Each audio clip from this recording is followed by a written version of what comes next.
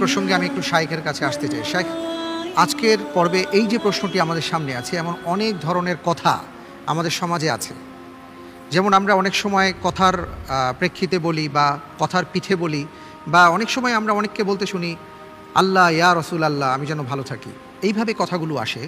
আজকের উত্তরে আমরা জেনেছি যে এগুলো ছোট শিরক। ছোট শিরক বলে কি আমরা এই সব ক্ষেত্রে অবহেলা করব, নাকি আমাদের কি করণীয়? প্রথম কথা হলো শিরক, এটা হলো মমিনের জন্য সবচেয়ে আতঙ্কের বিষয়। একজন মমিন, একজন তাওহীদবাদী মানুষের জন্য সবচেয়ে বড় ভয়ের জায়গাটি হলো শিরক।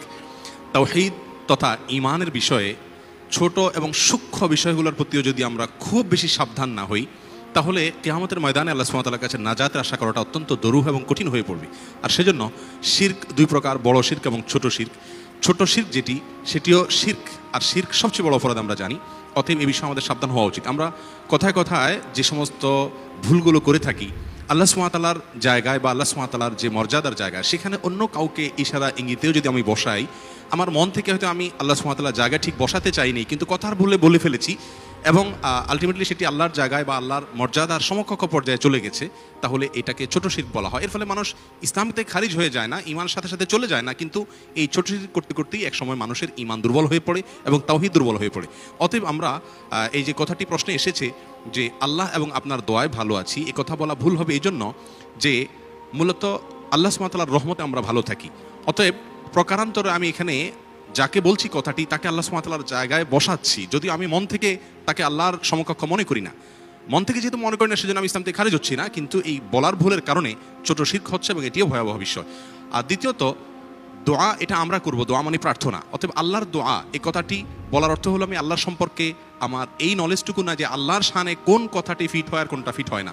আর ওয়াল জাহলু বিল্লাহি কুফরুন, আল্লাহ সম্পর্কে না জানা এবং অজ্ঞতা থাকা যে বিষয়গুলো বেসিক বিষয়, সেটা কিন্তু এক প্রকার কুফরি।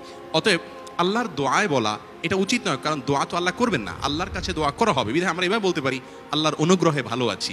অনেক সময় আমরা এই প্রসঙ্গে আরেকটি কথাও বলি, কেউ যখন জিজ্ঞেস করে আপনি কেমন আছেন, আমরা বলি আপনার দোয়ায় ভালো আছি। এই কথাটি ছোট শিরকের পর্যায়ে না গেলেও এই কথাটিও অনুত্তম কথা। আপনার দোয়ায় ভালো আছি এটা আমরা যতটা বলতে অভ্যস্ত আমাদের সমাজে, আল্লাহর রহমতে ভালো আছি এই কথাটা বলতে আমরা ততটা অভ্যস্ত না। দ্বিতীয়ত, এই কথাটি ভুল, কারণ আপনি যাকে বলছেন আপনার দোয়ায় ভালো আছি, হয়তো তিনি আপনার জন্য পার্টিকুলারলি নির্দিষ্ট করে দোয়া করেনও নি, কিন্তু আপনি বলছেন আপনার দোয়ায় ভালো আছি।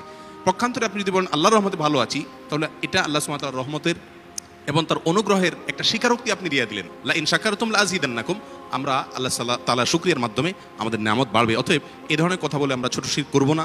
আল্লাহ ছাড়া অন্য কারো নামে শপথ করা এবং আল্লাহর জায়গায় অন্য কাউকে বসিয়ে যে কথার ভুলগুলো আছে ঈমানের সাথে যায় না, সেগুলো সবগুলোই ছোট শিরকের অন্তর্ভুক্ত। আল্লাহ তাআলা আমাদের সকলকে ছোট শিরক থেকে বেঁচে থাকার তৌফিক দান করুন। অনেক অনেক ধন্যবাদ।